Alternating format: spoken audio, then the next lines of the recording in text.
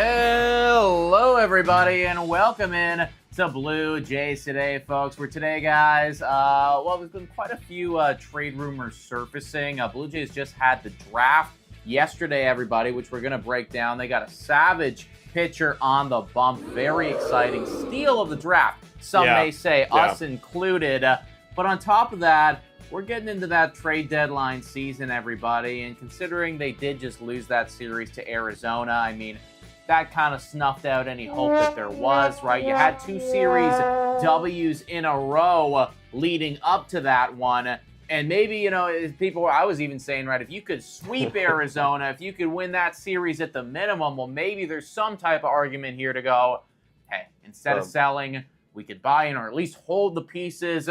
That isn't what happened, everybody. That's the hopium talk in there. Yeah, exactly. And I mean, at this point, I do believe, the hopium's effectively out, and that is why you're starting to see some headlines about our rental pieces going to other cities. We're going to break that down and much more in this one. I'm your host, Nicholas Playlock. I'm your host, Adam Peddle. Yes, happy All-Star break, everybody, and happy Monday to the Blue Jay fans out there. A well-needed break for the Blue Jays and many other teams, but especially the Blue Jays, because I think we can all say we know who we are, and it's time to start making some moves. There was a surprising rumor, and you've actually posted it on our social medias this morning, a surprising rumor going around, and it's from a pretty credible source, going around about Danny Jansen going maybe over to the Chicago Cubs. The Cubs have interest in a Danny Jansen. That's a big surprise. We'll break it down. Let's get into it, man. Let's go flash over to the report. Yeah, Danny Jansen, I mean, as everybody knows, we fucking love Danny Jansen. Of course. Right? This is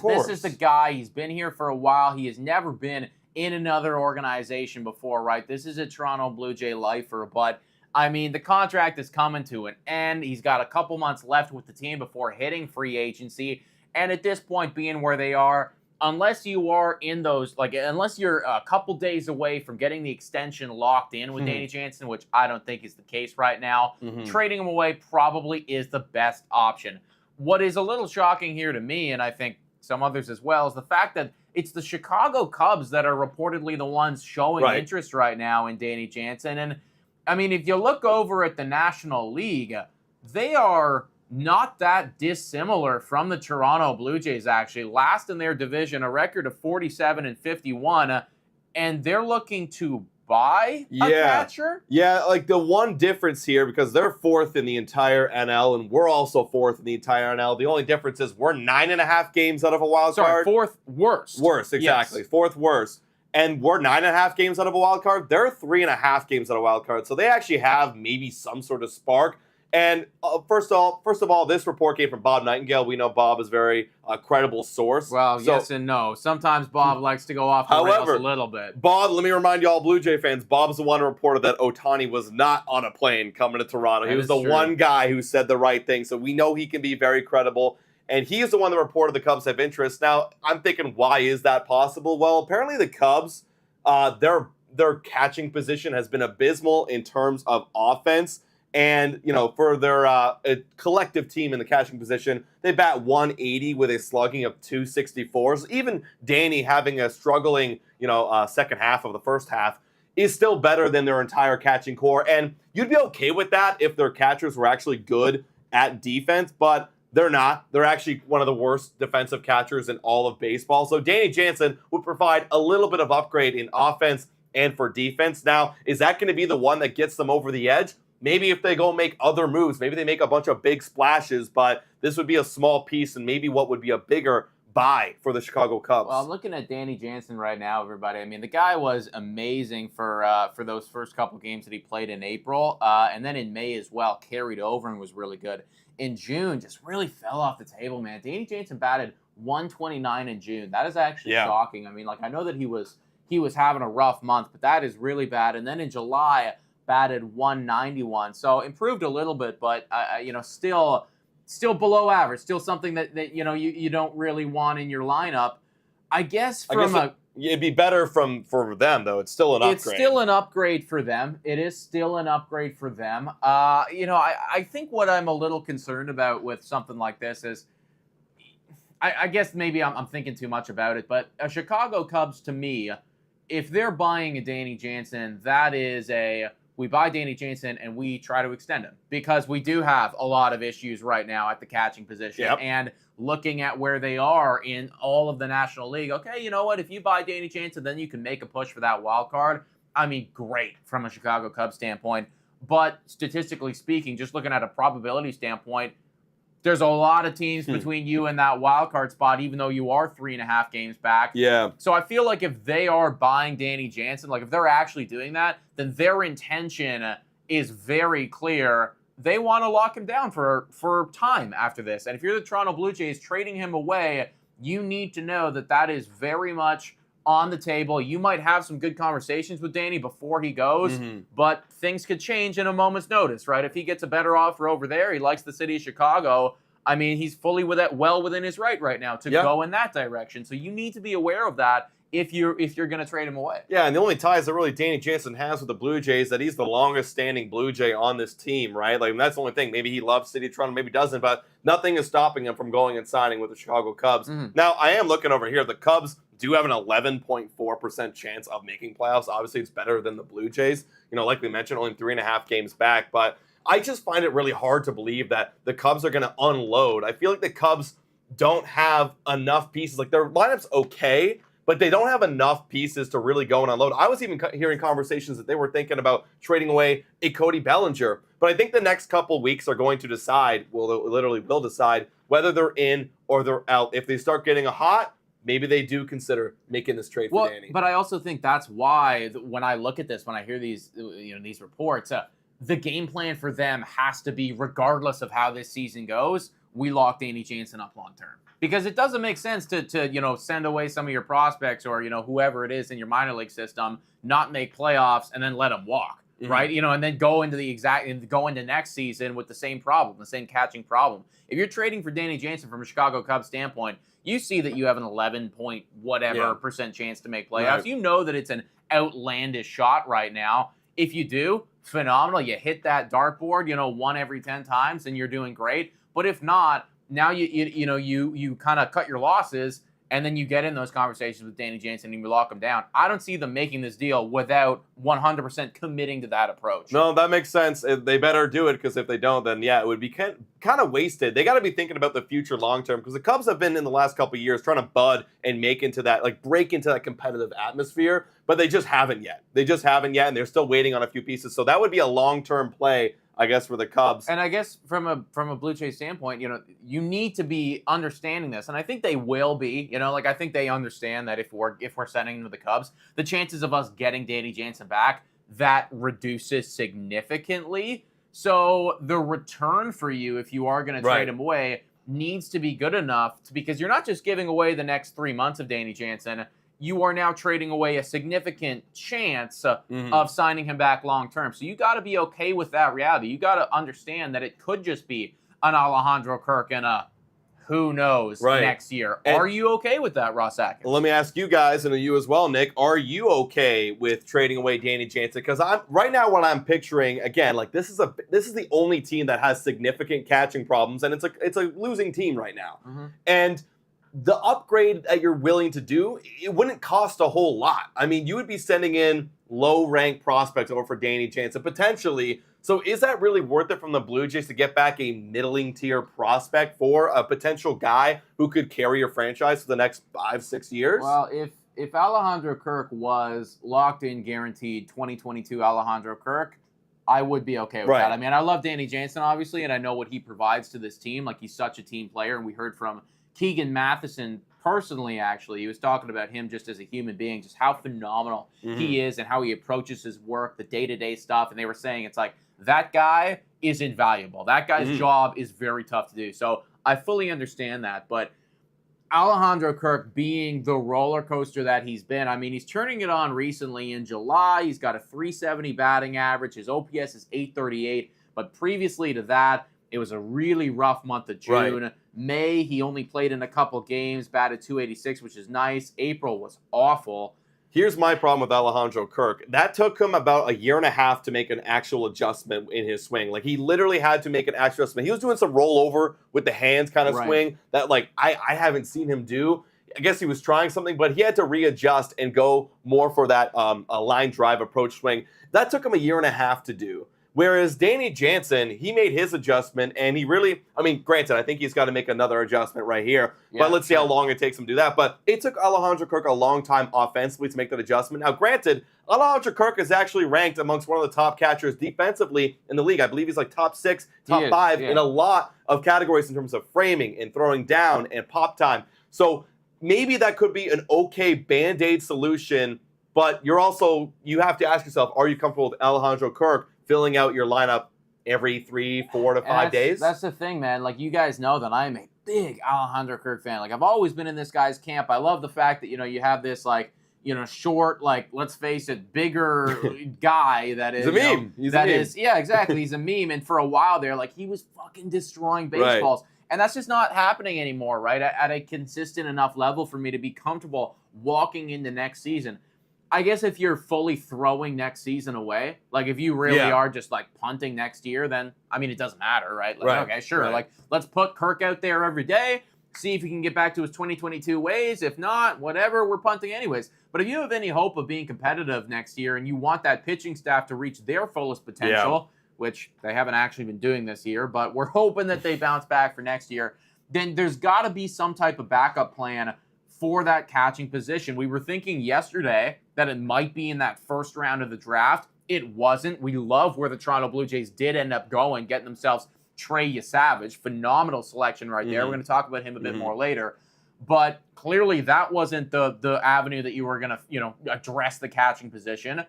So if you're going to trade Danny Jansen away and you are now entering into that area where, well, you might not have an opportunity to sign him back, there's got to be someone else there on that free agency market or somebody based off of a trade that, we are not seeing right now that the Toronto Blue Jays and Ross Atkins already have their eyes on.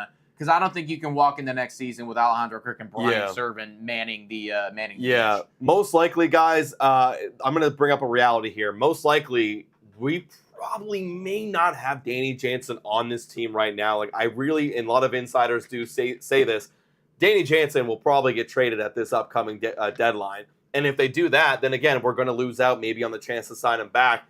And we might have to bite the bullet and face the reality that Kirk's going to take over for next year. And if we lose again, well, then we're going into a rebuild anyways. And we're going to have to just find that solution for catching later on. I hear what you're saying, but I think that by biting that bullet, that's such a big position to go, okay, you know what? Fuck it. Like, Alejandro Kirk, who for the first month of the season, he was the sole catcher effectively because Danny Jansen was dealing with a little something, right? So he was the guy. And fuck, like, he's figuring it out right now, but he was awful for the first month of the season, right? And I know defensively speaking, like, he's definitely been ranked pretty highly and he's getting better, but like, it was 3 stolen bases for that first month in April. That's just something that if you are really trying to be competitive next year, there has to be some other strategy. I'm totally on board with trading Danny Jansen away if the price is right, but where are we going to pivot next year if you are trying to be competitive? That's why a lot of these moves at the deadline, they all come down to what exactly is Ross Atkins trying to do. Like, and again, like, are we looking at 2025 as being a serious contender year? If it is, then you don't trade Danny Jansen, actually. You keep him, and you try to extend him. If you're truly serious about being a contending team next year, you don't trade him. Because, again, how much of a return are you going to get? You have other guys you could trade away. How much return are you really going to get from Danny Jansen? The value of keeping Danny for the long term versus whatever middling prospect is going to be way, way higher if you keep Danny Jansen for the long term. Well, I think it's been such a fumble job from Ross Atkins actually to not have already got this extension locked in, right? Like, I just don't understand it because you made the decision a year and a half ago to go out and get Dalton Varsho, right? And you traded away Gabriel Moreno, right? You traded away that catching longevity, your guy that was, one of the top prospects. We just saw him in this recent series. He was doing okay against us. Right. So you made that choice. So for me, it was like, okay, well, now we're going with the Dalton Varsho route, totally fine. But now it's Danny Jansen and Alejandro Kirk. These are going to be our guys moving forward, and we're going to be rocking and rolling with them. And after last year where you saw, Alejandro Kirk didn't play great. Yes, there was some, extenuating circumstances. Yes, he was a little behind the 8 ball, didn't get all that spring training and dealt with a little something there. But still, you're looking at that and going, I don't know. I just don't understand how you didn't address these extension conversations in the offseason. If we're to believe what Keegan Masson's come out and said and just talked about how invaluable Danny Jansen is to this organization as a whole. Yeah, you bring up a great thing. Ross Atkins, he fumbled the bag. He fucked up. I mean, this isn't the first time he's done that. I mean, he's done it with the Vladdy, Bo, you could probably argue, good thing we dodged the bullet there. But he's done it all over this franchise and all over this roster. He's made terrible mistakes that has led us to this point where, what's funny? Mark Chapin and Ross Atkins have been saying for years, we want a sustainable future. How the hell you can have a sustainable future when you're trading away the future and not extending the current guys that you have? Right. Your window is closing, and it is an absolute failure by an organization. And they need to figure it out. I'm thinking about this right now. I just thought about this from a Danny Jansen perspective. If he got traded away, and then you're in that that room with Danny Jansen right now, and you go, okay, Danny, listen, we're exchanging trade conversations right now with some other teams. We're looking at Chicago. We're looking at whoever right now. Houston Astros, whatever it may be. We're talking to these guys right now about trading you away, but we just want you to know that we really like you and we want to extend you in the offseason, okay? So make sure that when we trade you away, we're gonna come back, right?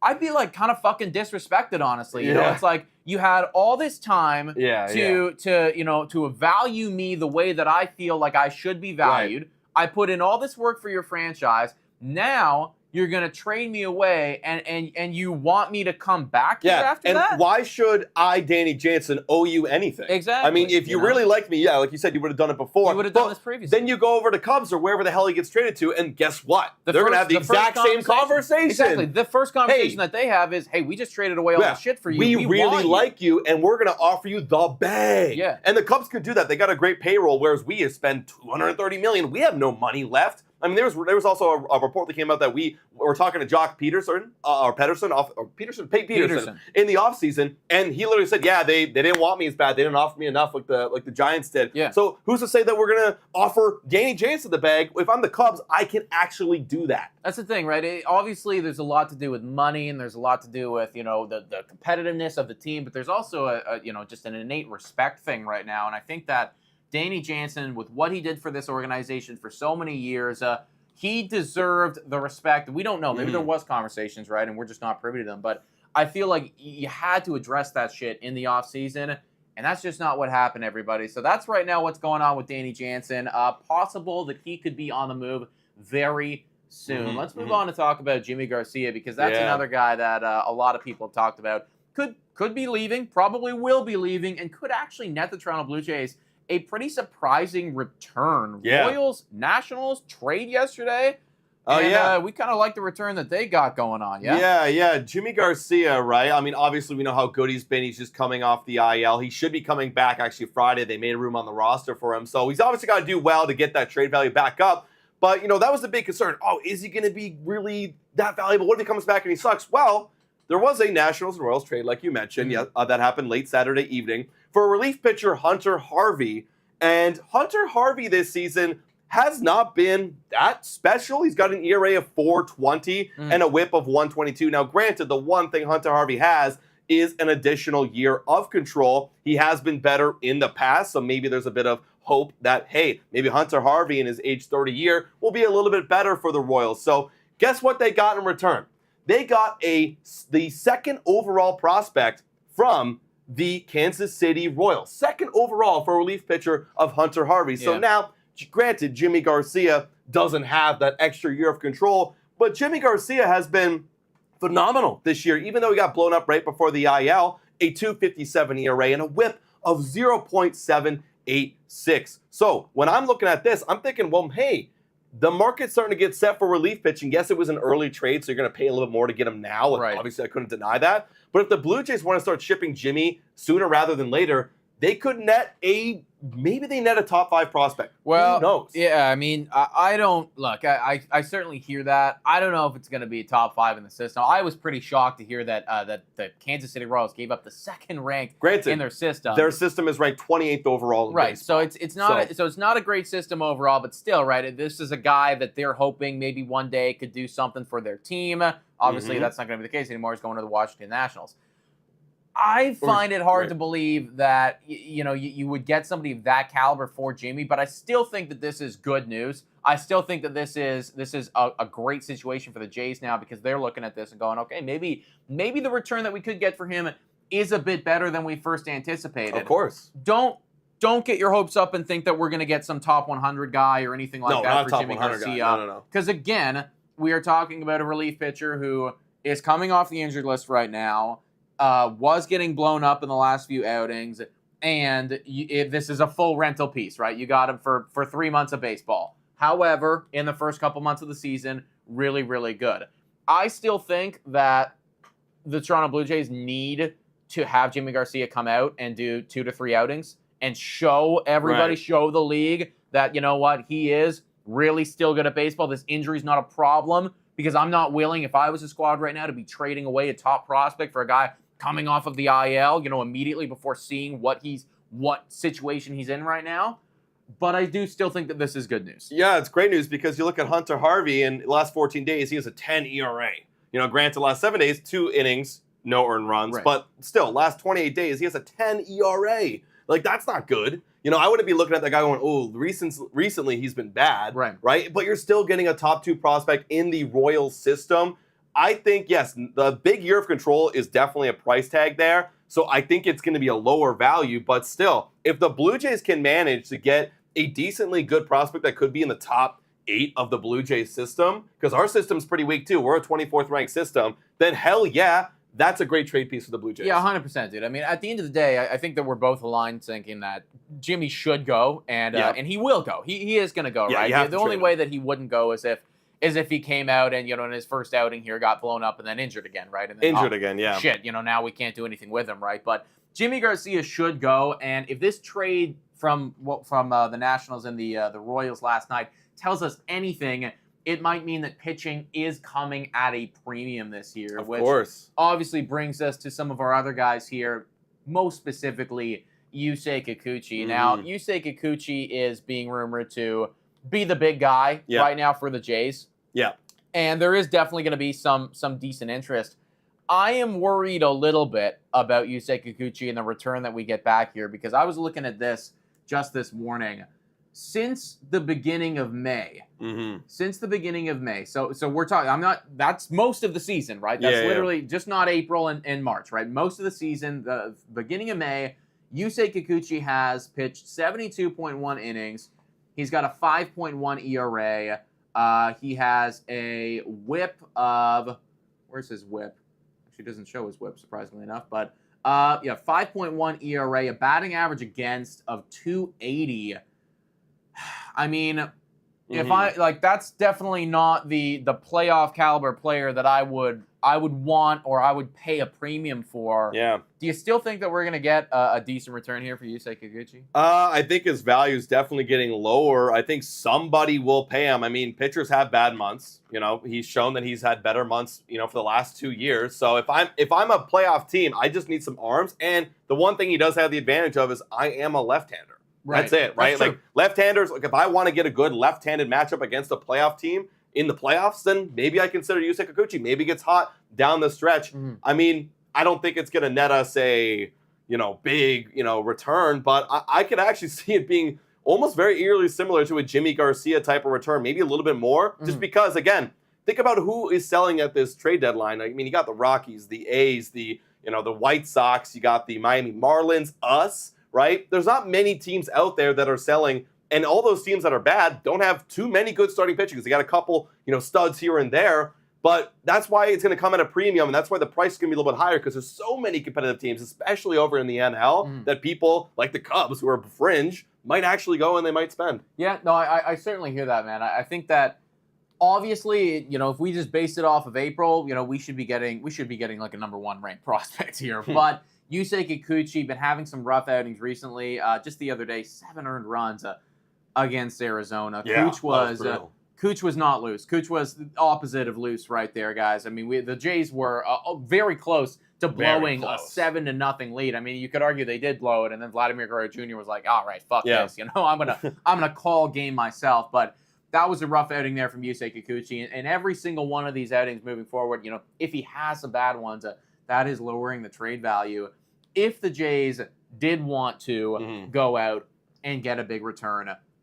There's been some articles recently coming out about how the actual Houston Astros are calling, and they're looking at Yusei Kikuchi, but they're also looking at some guys with a bit more control. Kevin Gausman and Chris Bassitt. Now, Kevin Gausman, I personally don't see him going anywhere.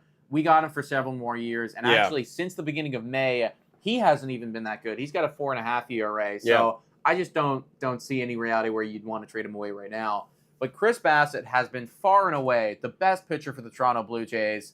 This year, actually. It's been this year at this point. Pitcher, and especially since the beginning of May, because he started out a little rocky there in March and April, but since the beginning of May, 2.69 ERA, opponent batting average against of 240, across the board, just solid. And I think if you're really looking to do that full rebuild, I know we've talked about it before, but if the Houston Astros are calling, and that's a guy that you could potentially finagle a top 5 prospect for, almost assuredly. Right. Yeah, I mean, guys, like, this is legitimate. Like, Bowden is saying that, yes, the Astros have expressed interest in a lot of our players, actually, right? I mean, look, if I'm the Blue Jays, and yes, the right move would be to sell Chris Bassitt high, because if you're selling Chris Bassitt now with another year of control, you are going to get a top prospect. You are assuredly going to get maybe even their second-ranked prospect, maybe even the first, depending on the system that they have, because that's a great window to have, and he hasn't shown any fall-off, so I would be spending up and getting that return. From the Blue Jays' perspective, again, it comes down to what is Ross Atkins trying to do. Because if Ross Atkins thinks, well, we need to compete next year, and I need to keep my only guy that's proven to be really good and consistent, do I trade him away? Do I trust the other guys for a bounce back? Yeah, I mean, it's a tough spot to be in. Sophie's in the chat saying, I think Bassitt could go, and I would tend to agree with you, right? I think that if you are getting the type of return that at this point you know, he warrants, and he would warrant a lot, because you're talking about all these other squads that don't have great starting pitching.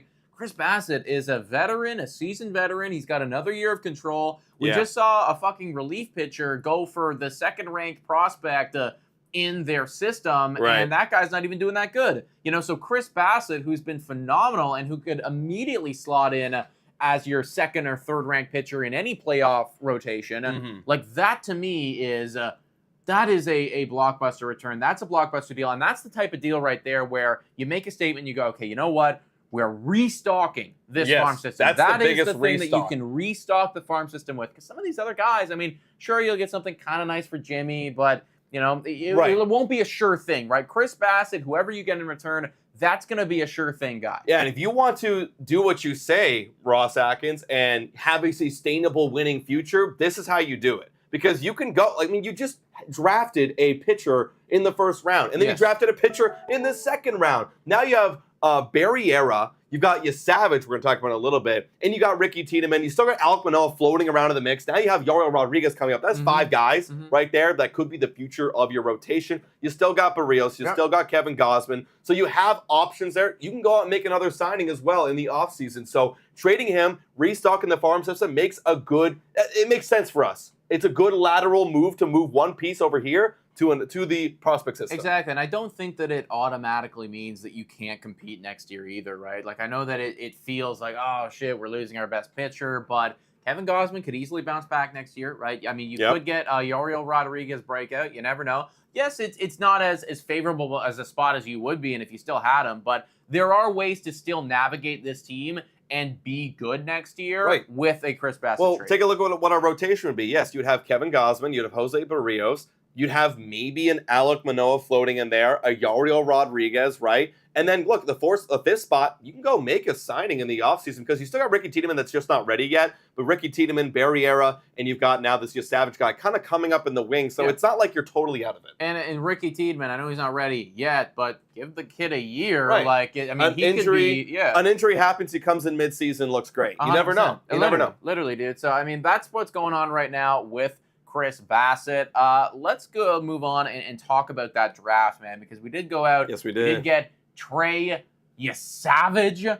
I cannot wait for the Blue Jays Today graphic when this guy comes in. It's gonna be savage, dude. It's gonna be incredible. But Trey Yesavage, 20th overall selection by the Jays. This was a steal, folks. A lot of people were projecting him to be maybe even in the top 10. Yeah. I mean, he was 11th on the MLB draft board, and he fell all the way to 20th. And we were live for this draft yesterday, folks. And I think that this one really was just a best player available. Yep. He's falling into our laps. We didn't anticipate this guy to be here, but I mean, if he's going to keep dropping, we just can't say no.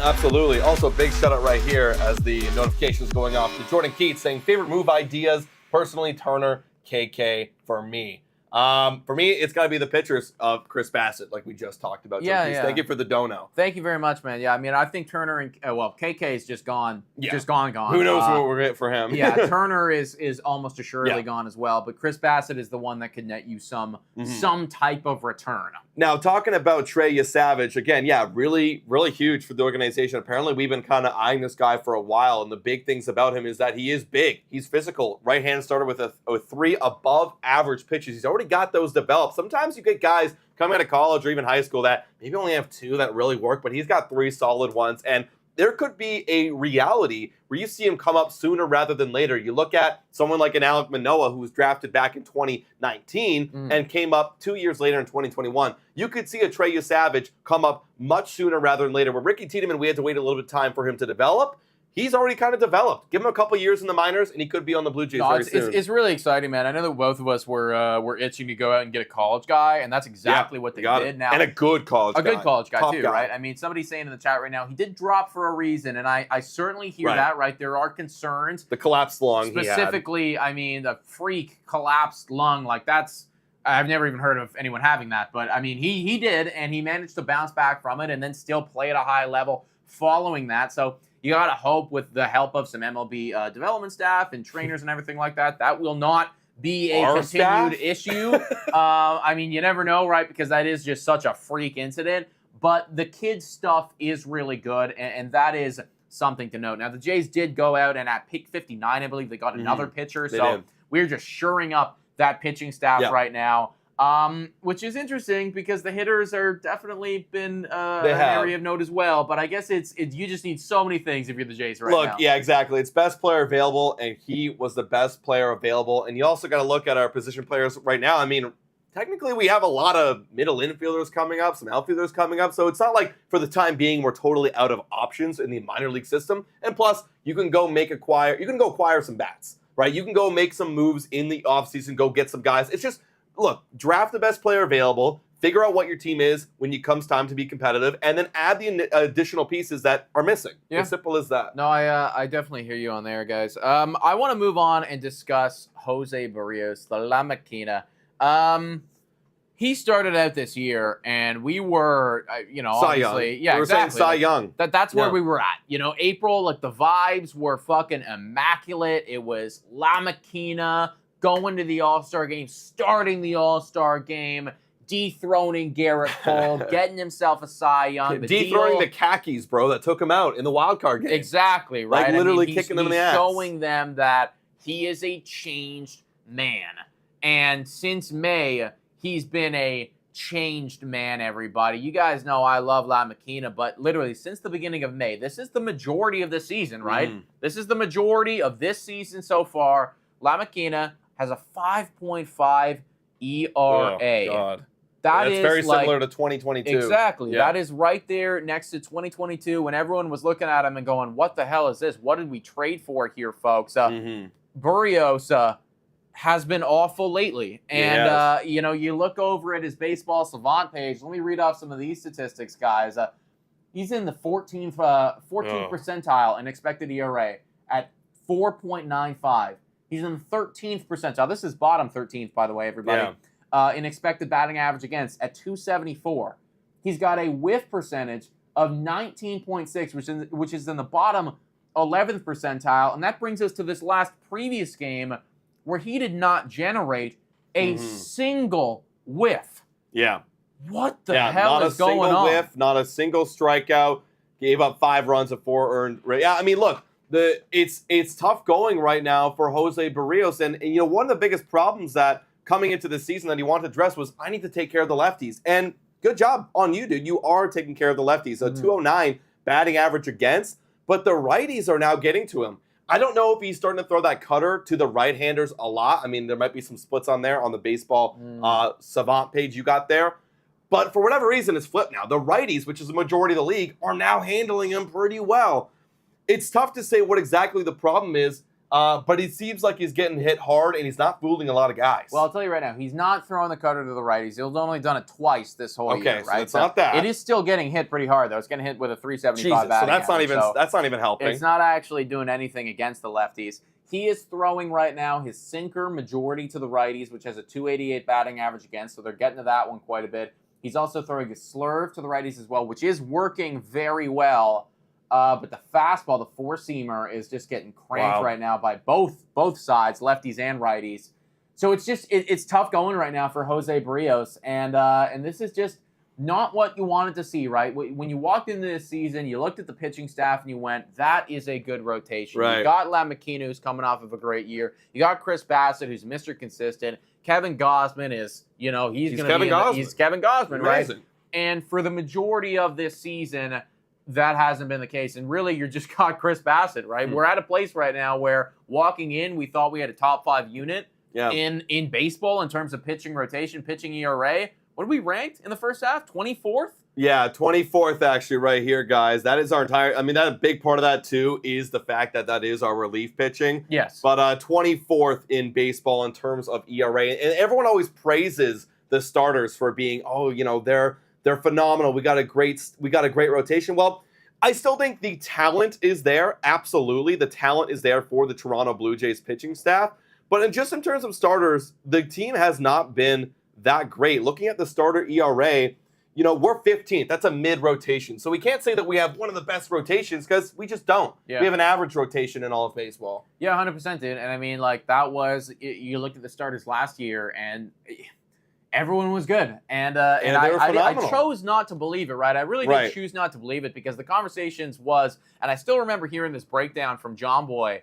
You know, it was Jake and it was John Boy, and they were talking about how, well, like the Toronto Blue Jays, like their pitching staff was great last year. Like, did everyone overachieve or are they going to do it again? And I was like, no, I mean, like, yeah, there'll be a little bit of regression, but like, you know, we're still going to do it again.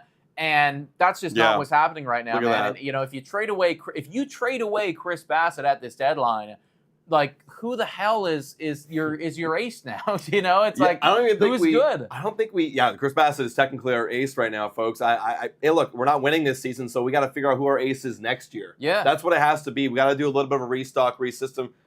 It is unfortunate.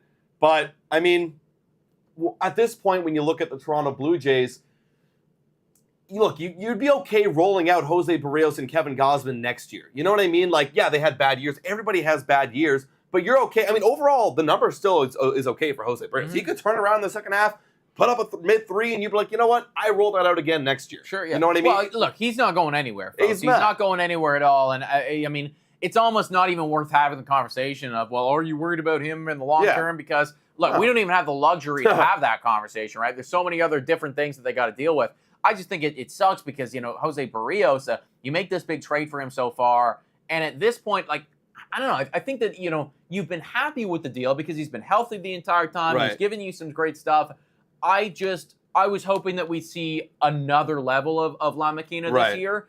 And because we are now more than halfway done this season, it doesn't look like he's going to be able to hit that this season. Well, after we traded for him, because the Baseball Reference won't let me just grab the one part where the Toronto Blue Jays had him when we traded him from the Twins. Sure. Since grabbing him, he's had an ERA of 4.31 since after we signed him back on a long-term deal. So now... From 2022 to now. From 2022 to now.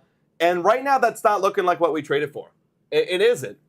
But there's still hope. There's lots of more years left. Yeah. And he's a guy that you'd be okay plugging into your rotation. That's the thing. I still love Yusei Berrios. I still love the fact that, I mean, he is a machine. He'll literally start 32 games every single year. That is going to be something that happens.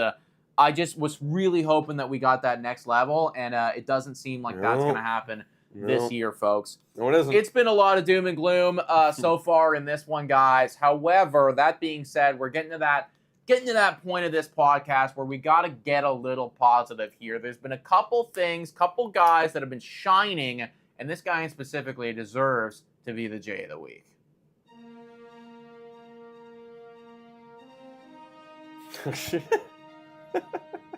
For those on audio, we're looking at our graphics right now. Absolutely messed up. Guys, the J of the week is none other than Mr. Ernie Clement, guys. Absolutely phenomenal. Great job. This guy popped the hell off. Yeah. Popped the hell off. He had 2 home runs, and he had 9 RBIs and an OPS of 1.1. He was clearly one of the best players, filling in for a lot of our guys. Filling in for Isaiah Kiner-Falefa, Bo Bichette, playing a lot of baseball, and he's been absolutely great. Man, he's really fighting for playing time right now, and he's getting it, of course, because of the injury, but he's fighting for it after they come back. Yeah, dude, I mean, I think it is really indicative about, just what this season's been as a whole. But when I look at this season, when I look at the identity of the 2024 Toronto Blue Jays, I don't even think I see a Toronto Blue Jays logo anymore. I see a fucking Buffalo Bison right there. Literally. Shining bright, leading us to the few victories that we do have, right? It's Ernie Clement, it's Spencer Horwitz. Like, these are the guys moving forward, I'm not even thinking about Bo or Springer or Bassitt or whoever. It's these... It's literally our AAA guys who have come out and decided that they want to play baseball in the major leagues, and they are putting in the most effort. So shout out to Ernie Clement for being phenomenal. He's been putting up consistently. Horwitz just continues to do what Horwitz is doing. Right. David Schneider's been a little cold, but I still believe in Babe. And now you got Leo Jimenez coming up. It's like everybody is from Buffalo is doing stuff for us. Like, I'm going to exclude Leo Jimenez from what I'm about to say right now, but these are the top guys in OPS so far this season. Obviously, you've got Spencer Horwitz leading the pack, and then you've got Mr. Vladimir Guerrero Jr., which, thank God, you're Vladimir Guerrero Jr. of the past. And then you go all the way down to Isaiah Kiner-Falefa, and then you got Ernie Clement, Davis Schneider. These are the boys. Danny Jansen, 707, but those are the top guys of OPS so far this season. And who would have thought? I mean, that's the thing, preseason, you would either say one of two things. You'd be like, if someone told you that Buffalo guys are going to be in the top in OPS, you either go, something went really right or something went really wrong. Which you could argue has happened. Both of those things have happened. Both those things have happened. Something has been going really right with these Buffalo Bison guys, and something went horribly wrong with the Toronto Blue Jays team as a whole. So that's where they're at right now, but Ernie Clement deserves all the credit. Spencer Horwitz deserves all the credit. Leo Jimenez, if he can keep doing what he's doing, he's only been in a couple games so far, but he is showing up in a big way right now. Yeah. I could see us getting to the end of this season, and you're going to be looking at this lineup. There's going to be like 5 or 6 Buffalo Bisons in it by the end of this. By the end of this season, for sure, guys. The story now is the next 2 weeks is trade away all the guys, get whatever you can in return, restock the farm system, and then from August to the end of the season, it's audition time. Right. Who wants to play on this team next year? It's open season. Who wants to be a Blue Jay? Come up and prove it. And for that reason, I'm actually kind of excited just to watch that. Not trying to go to the postseason, but who is going to be the future of this team? Yeah, exactly. Like, is what we're seeing right now from Spencer Horwitz, is this going to carry through the entire season? Like, I've been thinking about him right now as being the Davis Schneider of 2024, right? Because you got Davis Schneider come up in August. He was amazing. It went insane, and we were all hyped about him walking into this season. And now he's kind of becoming an everyday guy for you, right? Like, you want to see him in the lineup more days than not. Spencer Horwitz, are you going to be one of those guys as well? Are we going to get to see more of Addison Barger? And if so, what version of that is going to be? So right now, it's all Buffalo for me, baby. And Ernie Clement, you deserve everything, bro. Let's move on and talk about an exciting thing that we're going to be watching tonight, everybody. Home Run Derby. This is always one of my favorite streams of the year. So if you guys are going to be watching the Home Run Derby, which you should be doing, come tune into the Blue Jays Today, boys. Now, typically we get to watch Vladimir Guerrero Jr. in this thing. That's not going to happen this year, but you do get a former Toronto Blue Jay. Yeah, you do. Teoscar Hernandez. He's going to be taking on one of the best home run hitters in baseball right now, Marcell Ozuna. This should be a pretty interesting matchup. You got that matchup right there. Then you got Jose Ramirez up against Bobby Witt, AL Central rivals. That should be a fun one. Okay, well, hold up, though. I was under the impression that the first round was every man for themselves. I think they're going to be doing matchups. I was under the impression that it was like the top 4 get in, and then it's like the best get against the worst. Am I wrong about that? Am I lying to you guys? I don't know. Let's find out. I was pretty confident that was the new rules. I don't know. I think that was the new thing. I don't know. Okay, well, if it is that matchup, then you guys let us know who you're rocking with. But I'm pretty confident it's every man for themselves in the first round, and then after that, it becomes a matchup thing. Okay, well, if that's the case, then yeah, I mean, you're going to have 4 or 8 guys go against you. I actually don't. I thought I saw a bracket where they were squaring off against each other. But I could be wrong. I don't know. But anyways, we're going to talk about who we got favorites and picks for this Home Run Derby. We talked about it on Bad for Baseball, but who do you got in terms of one of your favorites for this event? Well, just in general, I mean, I don't think that you can sleep on Pete Alonso at all. Like, he's obviously going to be the favorite walking into this thing, and I like him quite a bit. I think that Marcell Ozuna could absolutely go on a bit of a run, and I don't want to rule out Gunnar Henderson. You know, I think that those 3 guys for me are probably my top favorites. I would, however, love to see Teoscar Hernandez walk away with this. Yeah, thing. I think my heart says Hernandez, but I don't know. For whatever reason, I can't see him excelling in a home run derby. I don't know why. For part of me, it just feels like he doesn't really have that in him. I am loving Marcell Ozuna. They did change the rules where they're going to have a little bit more time in between. They're not going to be as gassed at the end of every round. So I feel like that might help out a Marcell Ozuna who's getting up there in age. Mm-hmm. I feel like he's going to dominate. I feel like he's really going to dominate in this one. Are you looking up the I was trying to see format? it right now. The Derby last year with all participants seeded 1 to 8 based on their home run totals. The 1-on-1s continued until 2 players left. That's last year. That's last year. There won't be a bracket system until the semifinals. So I was right. Yeah, okay. So there is a bracket in the semis. That's where I saw it. So that's the thing. Yeah. So in the semis, how it works is the top guy, whoever hits the most in round 1, you now concede against the 4th guy. So you know what? I like that. I like that a lot better because you'll see guys like pop off in the first round and get knocked out. And it's like, well, okay, that kind of sucks. Now you have other guys who had a weak matchup, and they're in. Yeah, exactly right. And I mean, it's one of those things too where like you just get so gassed in the first round as well. Yeah. Like if you have to go up, or last year it was like Pete Alonso and Julio Rodriguez, and they were just this heavyweight fight everybody, and then obviously Julio Rodriguez got gassed and had to dip out in round 2. I know that you're rocking with a little bet though for this home run derby, so let's give a quick shout out to the sponsor of this video. It's going to be Betway, everybody. It's Time for a quick shout out to Betway. Betway is the best place to make all of your sports bets on all of your favorite teams. Betway is also in collaboration with iGaming Ontario. Must be 19 years older to participate. And guys, please bet responsibly. Now, back to the content. Shout out to Betway, everybody, for being absolutely phenomenal. Who are you rocking with for this? I am going to be... It's a fun one, actually. There's a few bets you could do on Betway. You can either select the home run derby winner, or you can select who reaches the final. And I'm going Marcell Ozuna to reach the finals. Oh, yeah. 2.75. I feel like he's going to make it in the first round, and then he'll be either 1 or 2, and he'll have a good matchup next. Yeah, no, I can absolutely see that, man. I can absolutely see that. Marcell Ozuna has been phenomenal at baseball this year. Honestly, kind of a contentious guy, but he's making his comeback story right now. He's making his comeback story, and he is currently the second favorite to win the entire thing. So I think that's a pretty safe bet. Any guy that you have kind of rocking right now? I mean, I don't know how you can bet against Pete Alonso. I do like Gunnar Henderson and just the value there, but really, if I had to bet my life on anything, it would have to be Big Pete. Of course, he's won it more times than not, and the multiplier is 4. Exactly. So it's like you actually get pretty good odds if you think about it for Pete Alonso. So I like that bet too. Yeah. I like it. 100%, everybody. We're going to be live for the Home Run Derby as well as the All-Star Game tomorrow, so stay tuned for all that. Typically, we would be spinning our wheel and then also going through the upcoming series. However, there is no upcoming series right now, so we're going to have some videos coming out this week just talking about some trade stuff with the Toronto Blue Jays and just all of this stuff moving forward leading up to that trade deadline because now that is the big focus for this team. Guys, thank you so much for watching. Hit that like button, smash that subscribe button, and as always, guys, go Jays, go!